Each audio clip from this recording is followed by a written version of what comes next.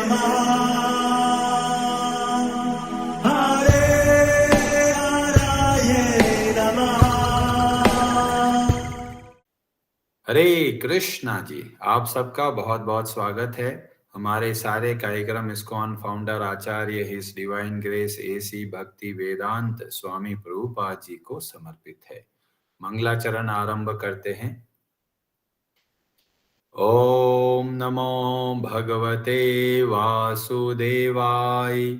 ओम नमो भगवते वासुदेवाय। ओम नमो भगवते वासुदेवाय।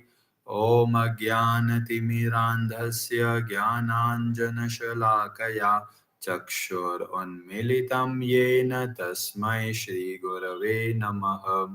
श्रीचैतन्यमनोऽभीष्टं स्थापितं येन भूतले स्वयं रूपः कदा मह्यं ददाति स्वपदान्तिकम्। वन्देऽहं श्रीगुरो श्रीयुतपदकमलं श्रीगुरून् वैष्णवांश्च श्रीरूपं साग्रजातं सहगणरघुनाथान्वितं तं सजीवं साद्वैतं सावधूतं परिजनसहितं कृष्णचैतन्यदेवं श्रीराधाकृष्णपादान् सहगणललिता श्रीविशाखान्वितांश्च। नमः ओम विष्णुपादाय कृष्णप्रेष्ठाय भूतले श्रीमते भक्ति वेदांत स्वामिन इति नामिने। नमस्ते सारस्वते देवे गौरवाणी प्रचारिणे निर्विशेष शून्यवादी पाश्चात्य देश तारिणे। नमो महावदन्याय कृष्ण प्रेम प्रदायते कृष्णाय कृष्ण चैतन्य नामने गौरत्विषे नमः। हे कृष्ण करुणा सिंधु दीन बंधु जगतपते गोपेश गोपिका कांत राधा कांत नमोस्तुते। तप्त कांचन गौरांगी राधे वृंदावनेश्वरी वृषभानुसुते देवी प्रणमामि हरिप्रिये। वाञ्छाकल्पतरुभ्यश्च कृपा सिन्धुभ्य एव च पतितानां पावनेभ्यो वैष्णवेभ्यो नमो नमः। जय श्री कृष्ण चैतन्य प्रभु नित्यानंद श्री अद्वैत गदाधर श्रीवासादि गौर भक्त वृंद। हरे कृष्ण कृष्ण कृष्ण हरे हरे, हरे राम राम राम हरे हरे। कार्पण्य दोषोपहत स्वभाव पृच्छामि त्वां धर्म सम्मूढ़ चेताः। यच्छ्रेयस्या निश्चितं ब्रूहि तन्मे शिष्यस्ते अहं शाधि मां त्वां प्रपन्नम्। हरे कृष्णा जी। भगवद गीता अध्याय 2 श्लोक नंबर 45 आरंभ करते हैं। वजेश्वरी जी आप पढ़ेंगे संस्कृत। हरे कृष्ण। त्रैगुणय विषया वेदा निस्त्रैगुणयो भवार्जुना निर्द्वन्द्वो नित्यसत्त्वस्थो निरयोगक्षेम आत्मवान्। हरे कृष्ण। हरे कृष्ण। त्रैगुण्य प्राकृतिक तीनों गुणों से संबंधित, विषयाः विषयों में, वेदाः वैदिक साहित्य, निस्त्रैगुण्य प्रकृति के तीनों गुणों से परे, भव हो अर्जुन हे अर्जुन। निर्द्वंद्वः द्वैत भाव से मुक्त, नित्य सत्वस्थः नित्य शुद्ध सत्व में स्थित, निर्योग क्षेमः लाभ तथा रक्षा के भावों से मुक्त, आत्मवान आत्मा में स्थित। वेदों में मुख्यतया प्रकृति के तीनों गुणों का वर्णन हुआ है। हे अर्जुन, इन तीनों गुणों से ऊपर उठो, समस्त द्वैतों और लाभ तथा सुरक्षा की सारी चिंताओं से मुक्त होकर आत्मपरायण बनो। हरे कृष्णा जी। भगवान श्री कृष्ण जब कोई उपदेश बोलते हैं तो ये ऐसे उपदेश हर एक व्यक्ति बहुत अच्छे तरीके से कर सकता है। भगवान ऐसा कोई उपदेश देंगे ही नहीं जो हम नहीं कर सकते। यहाँ पर भगवान श्री कृष्ण बोलते हैं कि तीनों गुणों से ऊपर उठना है। निस्त्रय गुण्यो भव अर्जुन। और फिर बाद में बोला निर्द्वंदो नित्य सत्वस्थो निर्योग क्षेम आत्मवान। तो आज हम लोग ये 4 शब्दों को समझने का प्रयास करेंगे।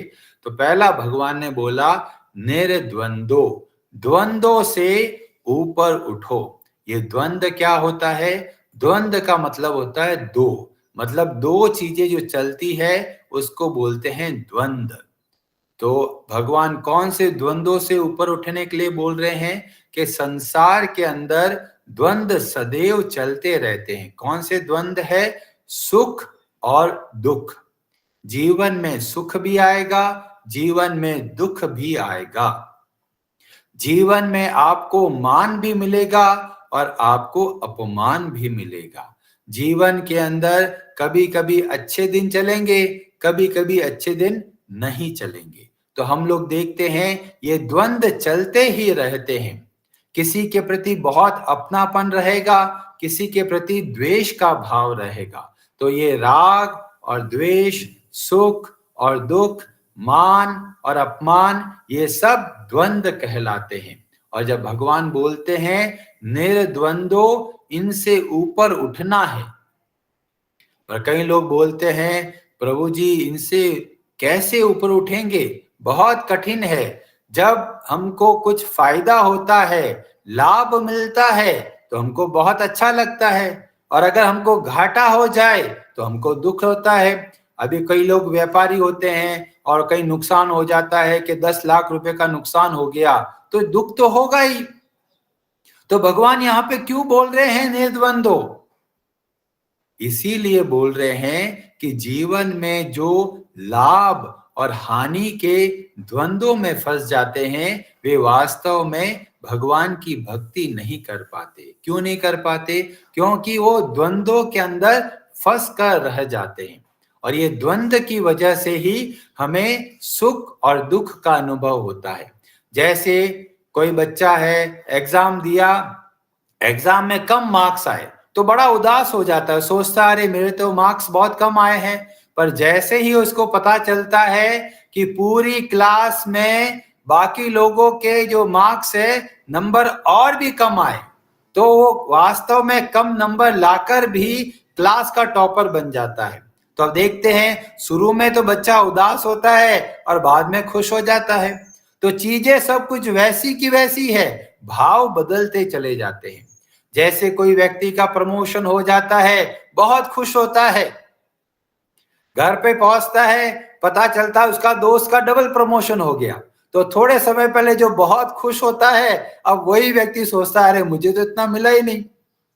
तो ये द्वंद्वों की वजह से हम भटक जाते हैं। महाउपनिषद के जो अध्याय 6 और श्लोक नंबर 71 में बोला गया, अयम निजः, ये मेरा है, परो वेति, ये मेरा नहीं है। ये लोग कौन करते हैं? गणना लघु चेतसाम, जो छोटे हृदय के होते हैं, छोटे मन के होते हैं, वे ही ऐसा सोचते हैं ये मेरा है और ये मेरा नहीं है। और जो बहुत विशाल हृदय के होते हैं, तो बोला गया उदार चरिता नाम तू वसुधैव कुटुंबकम, पूरी वसुधा, पूरी पृथ्वी एक कुटुंब की तरह है। सब के सब लोग हम अपने हैं, एक परिवार से हैं। और ये समझ में नहीं आता, अरे यूरोप वाले मेरे परिवार वाले कैसे हो गए? तो ये जो महाउपनिषद में बताया गया है, बहुत ही गूढ़, बहुत ही गहराई वाली बात बताई गई है। जब बोला गया कि पूरी वसुधा, पूरी पृथ्वी एक परिवार है, तो इसका मतलब हम सब एक परिवार से बिलोंग करते हैं। और वो कौन सा परिवार है? वह है भगवान श्री कृष्ण का परिवार। क्योंकि भगवान बोलते हैं ममैवांशो, तुम सब मेरे हो। और जब हम समझ में आता है हम सब भगवान के हैं, तो तो हमारा क्या दायित्व रहता है? जो बाकी लोग संसार में भटक रहे हैं उनको वापस भगवान से जोड़ते हैं और वास्तव में एक परिवार की तरह कार्य करते हैं। तो यहाँ पर बताया गया, जैसे ही द्वंद्वों में फंस जाते हैं तो ही सुख और दुख का अनुभव होता है, पर जब दोनों के दोनों को भगवान के अर्पण रहकर कार्य करते हैं तो हमारा मन स्थिर रहता है। नहीं तो सुख मिलता है तो लोग घमंडी बन जाते हैं, बाकी लोगों को छोटा समझने लग जाते हैं, बहुत मदमस्त हो जाते हैं। और जीवन में दुख आ जाता है तो बहुत हताश हो जाते हैं, बहुत निराश हो जाते हैं। कई लोग ऐसा बोलते हैं कि हमारे तो प्रियजन हमको छोड़कर चले गए, और बहुत उदासी में जीवन बिताते हैं। तो जब भगवत गीता को समझते हैं तो हमें पता चलता है ये जीवन बहुत अमूल्य है। आंसुओं में जीवन को नहीं बिताना है, आगे बढ़ते चले जाना है। जीवन में सुख भी आएगा, जीवन में दुख भी आएगा, दोनों से ही विचलित नहीं होकर जो हमारा दायित्व है उसको करना है भगवान की सेवा समझ के। और इस तरीके से हम सदैव प्रसन्न रह सकते हैं। भगवान हमको कभी भी दुखी नहीं देखना चाहते। हम दुखी होते हैं अपनी गलतियों की वजह से, अपने खुद के कर्मों की वजह से, और भगवान हमारी सहायता करते हैं कि किस तरीके से हम सदैव प्रसन्न रह सकते हैं। भगवान श्री कृष्ण 7वें अध्याय के 27वें श्लोक में बोलते हैं, इच्छा द्वेष समुत्थेन द्वंद्व मोहेन भारत। ये इच्छा और द्वेष के अंदर सब लोग भ्रमित है, और इसीलिए हमें जो द्वंद्व है उससे बाहर निकलने का प्रयास करना है। और 3रे अध्याय के 34वें श्लोक में भगवान बोलते हैं, इंद्रियस्यार्थे इंद्रिय यस्यार्थे राग द्वेषो व्यवस्थितो। हर इंद्रिय के भोग में राग और द्वेष छिपे हुए हैं। जैसे पहले बहुत भूख लगी हुई है, सामने गुलाब जामुन दिख रहा है तो बहुत खिंचाव आता है, अरे मुझको ये गुलाब जामुन खाना है। और जैसे ही खाते हैं बड़ा मजा आता है, दूसरा खाते हैं मजा कम होने लगता है, तीसरा खाते हैं मजा और कम हो गया, 5, 7, 10 खा लिया तो फिर अब द्वेष का भाव आ जाता, अरे हटाओ इसको। तो वस्तु वही है, भाव बदल चला जाता है, और इसीलिए इसको बोला गया द्वंद्व। और द्वंद्वों से बाहर निकलेंगे तो क्या होगा? तो बोला जब जो द्वंद्वों से बाहर निकलते हैं तो हमें संसार का बंधन नहीं बांधता। 4थे अध्याय के 22वें श्लोक में भगवान श्री कृष्ण बोलते हैं, यद्रच्छा लाभ संतुष्टो द्वंद्वातीतो विमत्सरः। जो द्वंद्वों से अतीत ऊपर उठ जाते हैं और कैसे करते हैं कार्य, समः सिद्धाव असिद्धौ च कृत्वापि न निबध्यते। जब वो द्वंद्वों से ऊपर उठकर कार्य करता है तो संसार के कर्म बंधन उसको नहीं फंसाते। अब सबसे बड़ा प्रश्न तो यही आ जाता है, द्वंद्वों से बाहर कैसे निकलेंगे? बहुत मुश्किल है। तो भगवान इसका उत्तर आने वाले 2-3 शब्द है उसमें दे दिया। तो भगवान बोलते हैं, नित्य सत्वस्थ। जो सत्व शब्द का यहाँ पे प्रयोग किया गया, कई लोग समझते हैं ये तो सत्वगुण के बारे में बोला गया, पर पहले बोल दिया गया है निस्त्रय गुण्य। मतलब यहाँ पर जो बोला गया नित्य सत्वस्थ, तो वास्तव में सत्वगुण की बात नहीं हो रही। यहाँ पर सत्य का जो संबंधित है उसको बोला गया सत्व, और उसमें स्थित रहने की बात कही गई। और कैसे करना है? नित्य निरंतर सत्व में स्थित रहना है। और सत्व के मूल में जो शब्द है वह है सत्य। और ये सत्य किससे संबंधित है? तो 17वें अध्याय के 23वें श्लोक में भगवान श्री कृष्ण बोलते हैं, ओम तत् और सत इति निर्देशो ब्रह्मणस त्रिविध स्मृतः। ओम, तत् और सत, ये तीनों के तीनों शब्द किसके लिए है? ब्रह्मणा, मतलब भगवान के लिए है। तो भगवान के संबंध में जो कार्य किया जाता है वह वास्तव में सत्व कहलाता है, और जो कार्य करने से भगवान की ओर बढ़ा जाता है, भगवान का स्मरण होता है, वो सब कार्य सत्व कहलाते हैं। और सत्य जो बोला जाता है, सत्य के भी रूट के अंदर है सत्य, और इसीलिए जब हम भगवान के बारे में बातचीत करते हैं तो यह सत्य वचन कहलाता है। 7वें अध्याय के 27वें श्लोक में भगवान श्री कृष्ण बोलते हैं, कर्म चैव तद अर्थीयम सत इति अभिधीयते। जब हम भगवान के लिए कार्य करते हैं तो वह सब सत कहलाता है। तो जब यहां पर बोला गया नित्य सत्वस्थो, मतलब जो जो कार्य हम करते हैं भगवान का स्मरण रख के करते हैं, तो हमको लाभ और हानि दोनों ही व्यथित नहीं करेंगे। एक और शब्द का प्रयोग भगवान श्री कृष्ण करते हैं और बोला गया आत्मवान। ये बहुत महत्वपूर्ण शब्द है। जैसे किसी को बोला जाता है धनवान, विद्यावान, गुणवान। जब बोला गया धनवान का मतलब है यह व्यक्ति को पता है कि इसके पास बहुत धन है, इसीलिए वह धनवान कहलाता है। ऐसे ही जब भगवान बोलते हैं आत्मवान, इसका मतलब हमको इस बात का ध्यान रखना है कि हम सब भगवान के सनातन अंश हैं। जैसे ही हम इस बात का ध्यान रखते हैं, द्वंद्वों से बहुत आसानी से ऊपर उठ सकते हैं। कैसे आसानी से उठ सकते हैं? जैसे अगर कोई गरीब व्यक्ति है, उसको अगर 100 रुपया मिल जाता है तो बहुत खुश होता है, और वो 100 रुपया गुम हो जाता है तो बहुत उदास हो जाता है।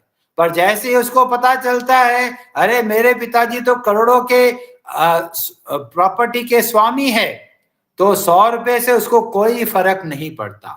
ऐसे ही जब हम भगवान के संबंध में अपने आप को देखते हैं तो संसार का जो लाभ और हानि बहुत छोटे हो जाते हैं, और इस तरीके से वो बहुत आसानी से ये द्वंद्वों से ऊपर उठ पाते हैं।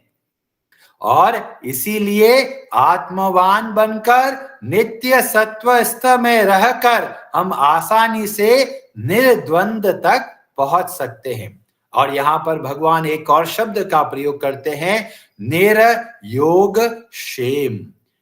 कई लोग सोचते हैं अरे हम इच्छा नहीं करेंगे तो भगवान हमको देंगे कब? तो हमें इच्छा करने की आवश्यकता ही नहीं पड़ेगी। क्यों? जो हमारी आवश्यकता है भगवान उसको अवश्य देते हैं। ऐसा कभी हो ही नहीं सकता कि जो हमारे लिए आवश्यक है और भगवान नहीं दे, ऐसा असंभव है। और जब यहां पर बोला गया निर्योग क्षेम, योग का मतलब होना प्राप्त करना, क्षेम का मतलब है उसको संभालना। दोनों की चिंता हमको नहीं करना है। जब हमको नहीं करेंगे तो कौन करेंगे? तो भगवान बोलते हैं मैं करूंगा ना। 9वें अध्याय के 22वें श्लोक में भगवान श्री कृष्ण बोलते हैं तुमको योग क्षेम की चिंता नहीं करनी है, तुम्हें केवल भगवान का भजन करना है। वहां पर बोला गया अनन्यास चिंतयन्तो माम ये जनाः पर्युपासते तेषां नित्याभियुक्तानां योग क्षेमम वहाम्यहम। हमको चिंता करने की जरूरत नहीं है, चिंता करने की जरूरत भगवान को है। और भगवान बोलते अरे मैं तुम्हारी चिंता करता हूं, और इसीलिए हमारा दायित्व है बहुत अच्छे तरीके से भगवान के संबंध में रहकर सारे कार्यों को करना है बिना किसी चिंता के। क्यों? चिंता दीन दयाल को। भगवान यहां पर बोलते हैं योग क्षेमम वहाम्यहम, मैं उस योग क्षेम का वहन करता हूं। और इसीलिए हमको चिंता करने की आवश्यकता नहीं है। जैसे एक छोटा बच्चा है, वो सोचता है अरे मेरे को खाना कोई मिलेगा या नहीं मिलेगा, तो माता पिता बोलते हैं अरे बेटा तू चिंता क्यों करता है, जो तुम्हारी जरूरत है वो हम खुद पूरा करते हैं। ऐसे ही भगवान हमको बोलते हैं निर्योगक्षेम, हमें किसी प्रकार की कोई चिंता करने की आवश्यकता नहीं है। भगवान हमारा पूरा पूरा ध्यान रख रहे हैं। हमारा को छोड़िए, जो पशु पक्षी कीट पतंग, उन सब के लिए भी भगवान सदैव चिंतित रहते हैं, और फिर भी हम चिंता करते हैं। और इसीलिए हम सबको बहुत अच्छे तरीके से भगवत गीता को समझना है और समझकर अपने जीवन में परिवर्तन लेके आना है। हरे कृष्णा जी, आप सबका बहुत बहुत धन्यवाद। हरे हराये नमः।